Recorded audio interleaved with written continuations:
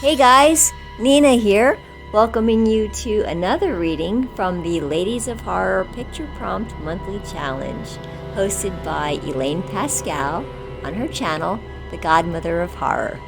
If you'd like to read along or read previously published pieces, please visit spreadingthewritersword.com or ladiesofhorror.com. In the meanwhile, enjoy the reading.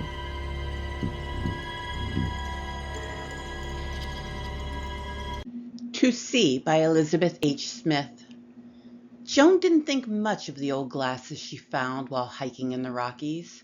It was a trip she took at least twice a year, sometimes more, and there was unfortunately always something left behind by a careless fellow traveler. She let out a sigh and picked up the glasses. It irked her when people left their presence in the few untainted places of beauty that still existed in the world. She normally put any refuse she found into a prepared bag brought along just for that purpose. But the glasses tingled in her hand. They sent warm waves of electricity through her fingers, which traveled up her arm, finally spreading throughout her body. The uncontrollable urge to put them on came over her. With there being no reason to resist she could think of, she did just that. Though the glass was cracked on both lenses, she could see clearly, as though they weren't damaged at all. In fact, it was the clearest she'd ever seen. Every color, every grain, each and every beam of sunlight showed itself in full and indescribable detail. The magnetic field of the earth appeared in the sky. The scent trails of insects and fauna streamed along the ground and through the air. She saw spectrums human eyes weren't meant to see. She pulled them off her eyes and blinked.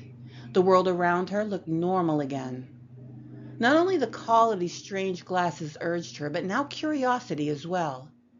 She put them back on and stared in awe at the wondrous sights revealed. A new scent trail appeared. It looked different from the others, and it, like the spectacles, called to her. Her feet stepped forward in line with the ebbing and flowing residue of whatever took this path. As she followed, her nose picked up something as well, an odor she couldn't recognize. Not foul, not pleasant, just different. This led her off the main trail she normally walked and off into unmarked territory. The scent became stronger as she made her way through the brush and mat of fallen long dead leaves.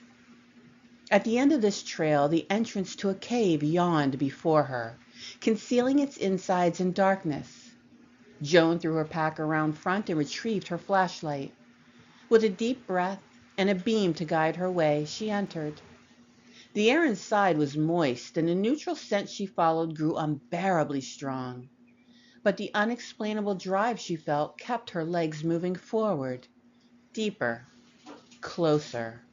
The sound of labored breathing made her quiet her steps and search with her light. The bearer of that scent trail stood at the end of the cave, waiting. The flashlight reflected off its hungry eyes. Its flesh drooped in gruesome folds. It looked as though some kind of fungus grew from the cracks, and it was covered in mud and filth.